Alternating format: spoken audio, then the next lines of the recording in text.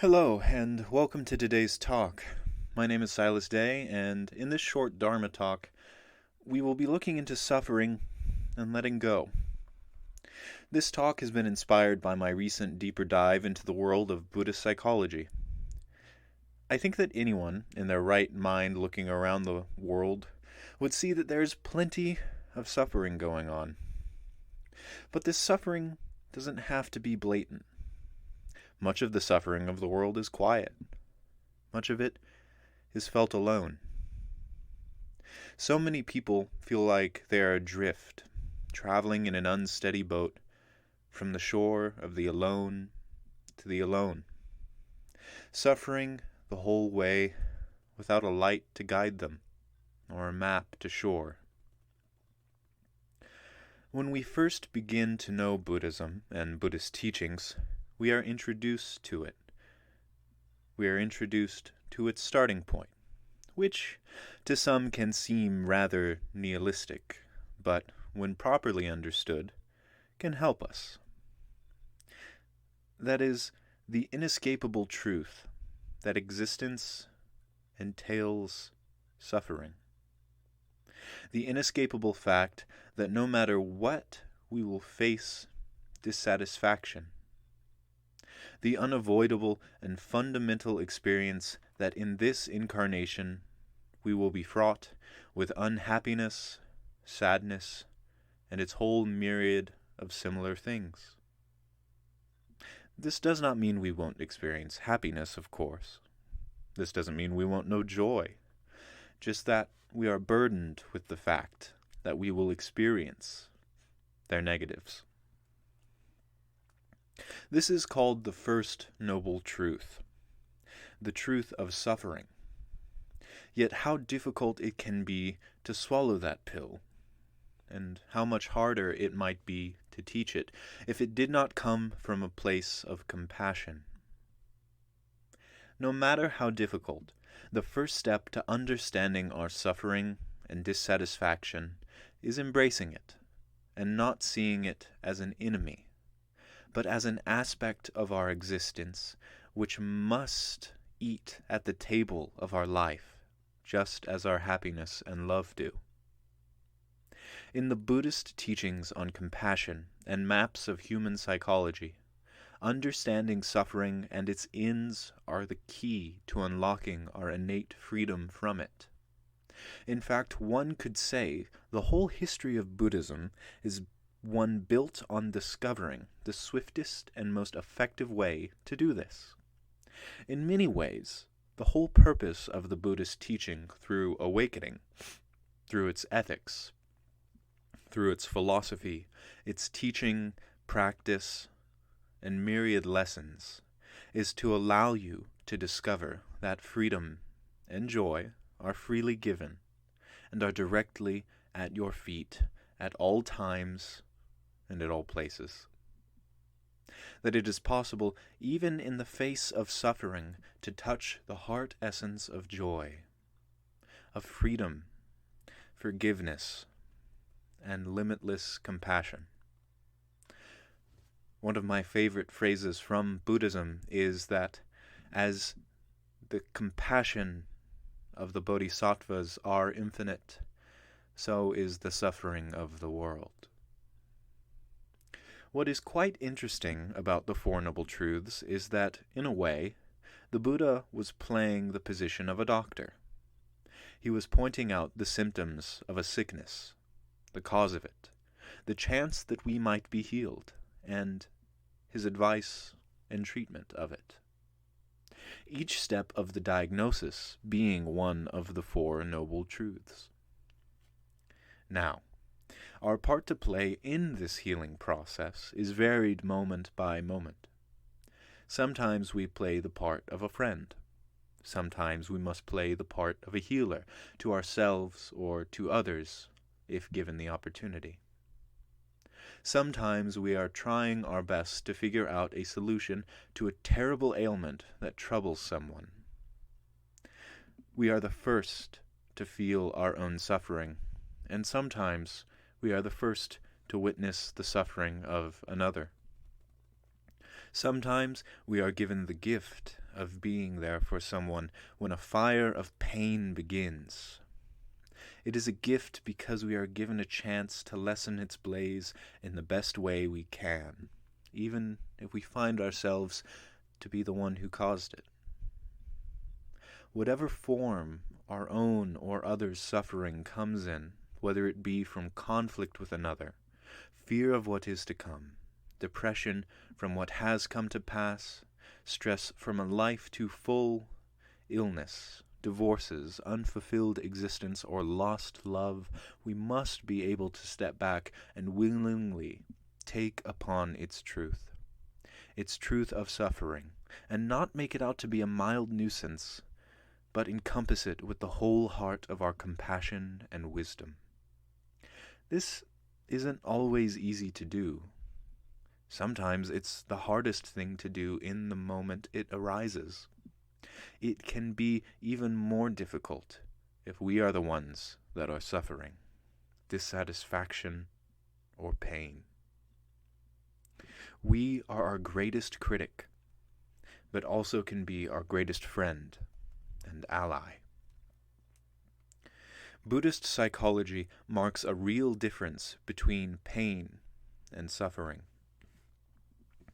Those rascally Buddhists are always ones to make detailed distinctions, but I appreciate them so much for it. In it, pain is an unavoidable aspect of the natural and conditioned world. As long as we dwell within conditioned existence, pain will be an aspect which we experience. Even Buddha, after his enlightenment, experienced the pain of the conditioned world.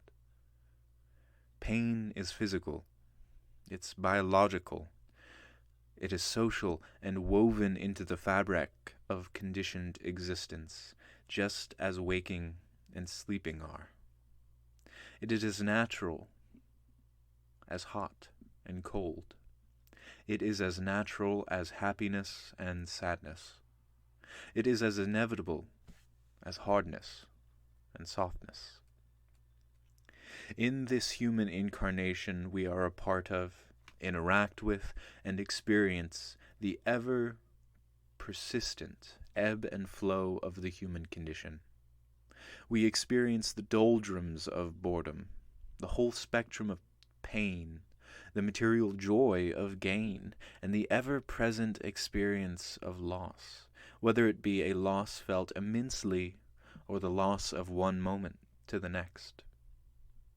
Everything we encounter in the world is the same. It contains the praise, blame, failures, successes, and echoes of the past into this infinite present, arising and passing, coming and going, here and now. Just this endless present experience. Suffering differs from pain in a fundamental way. Suffering is caused by our reaction to the inevitable pain of life. It is not pain itself, but a reaction to the world around us. In some ways, it is the echoes of the mind through and into sensate reality. Like a computer being fed information and spitting out reactions. But luckily, we can change the source code of our being. Our personal suffering can include anxiety, depression, fear, confusion, grief, anger, and a whole set of things which I am sure you are quite familiar with. But suffering is not only personal. Our collective suffering grows from each of our suffering. It grows from the malice that we all hold, from the suffering we inflict upon others, and the coldness with which we can turn our backs upon the world. This individual and collective suffering, the first noble truth, is what we are called upon to understand and transform, not only within our own being, but to try our best to make the world at least not a worse place. We may not be able to make the world a better place each day, but the least we can do is not make it any worse, and to build our own world better. The second noble truth describes the cause of suffering and the means of suffering, grasping and desire, which is itself a kind of grasping. Grasping, the Buddha explained, gives birth to all of our aversion and delusion. From our grasping, aversion, and delusion is the birth of all the things which cause suffering in the world. No matter the name they are given, they can be traced back to one of these three roots. The third noble truth offers us a way out. It offers us a chance and a path. It gives us a noble quest to the end of suffering. Unlike pain, suffering is not inevitable.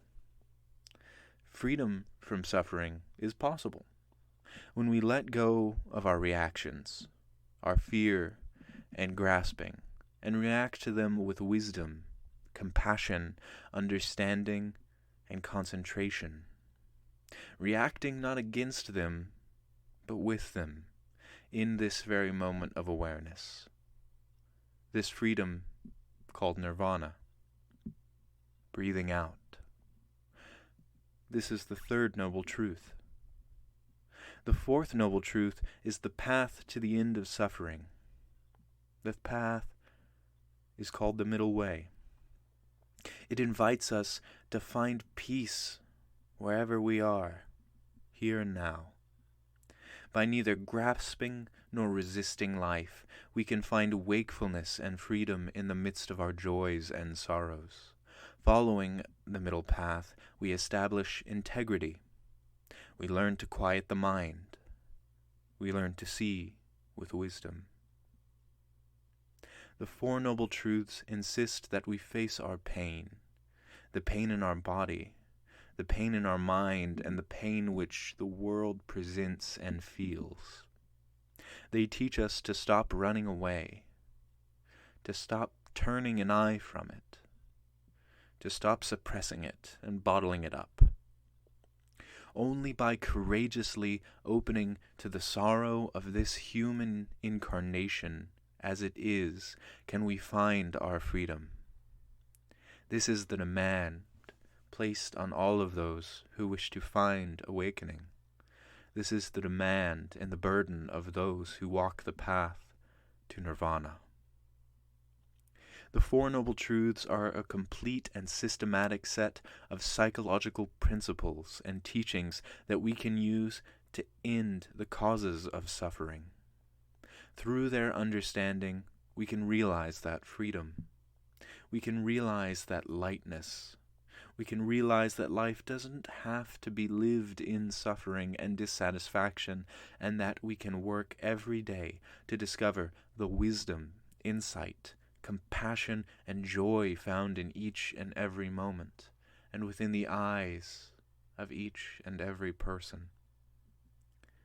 Now, the middle way is far more than just these things, but it opens our minds and our hearts to the chance of healing, to letting go of and understanding the true heart of our suffering. I hope that this little talk today has helped you in some way.